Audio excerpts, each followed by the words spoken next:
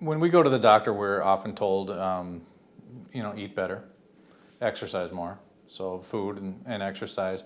But stress isn't really talked about that much. How important is that when it comes to our overall health, the stress that we deal with and how we manage it?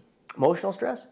Can be any, but yeah, I would. Yeah, well, I mean, there's a stressor. I mean, stress not is perceived. Not physical stress. Yeah, emotional. Yeah, I get you. Well, so Hans Selye taught us that basically all stressors are perceived in the same way. So if you don't eat proper foods, if you're nutrient deficient, that's a stressor. If you don't exercise enough, that's a stressor. Emotional stress, huge. Also, obviously a huge stressor.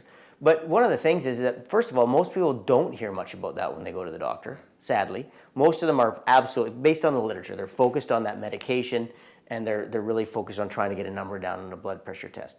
And because, first of all, they don't get a lot of education in those things. And the second thing is that they don't get paid to consult on those things, truth be told. So, I'm from Canada, but in Canada, I think it could have changed, but a few years ago when I looked into it, they got paid for one consultation on lifestyle a year.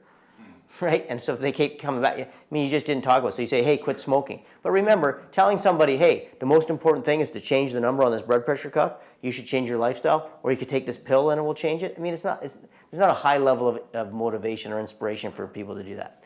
But to answer your question about how important is emotional stress, it's extraordinarily important. Now, is it more important than not exercising?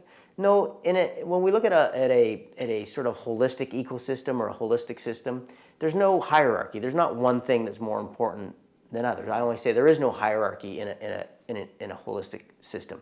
But are they all equally important in an indissoluble union? Absolutely. So we know, and the literature is very clear. I mean, there's all kinds of studies to show that when people are under more emotional stress, their blood pressure goes up, they have more chance of heart disease, their immune systems go down, psychoneuroimmunology, psychoneurophysiology. So a simple answer is yes, and this has been tested over and over again. This is not a theory. We know for sure that emotional stress has a negative impact on our health.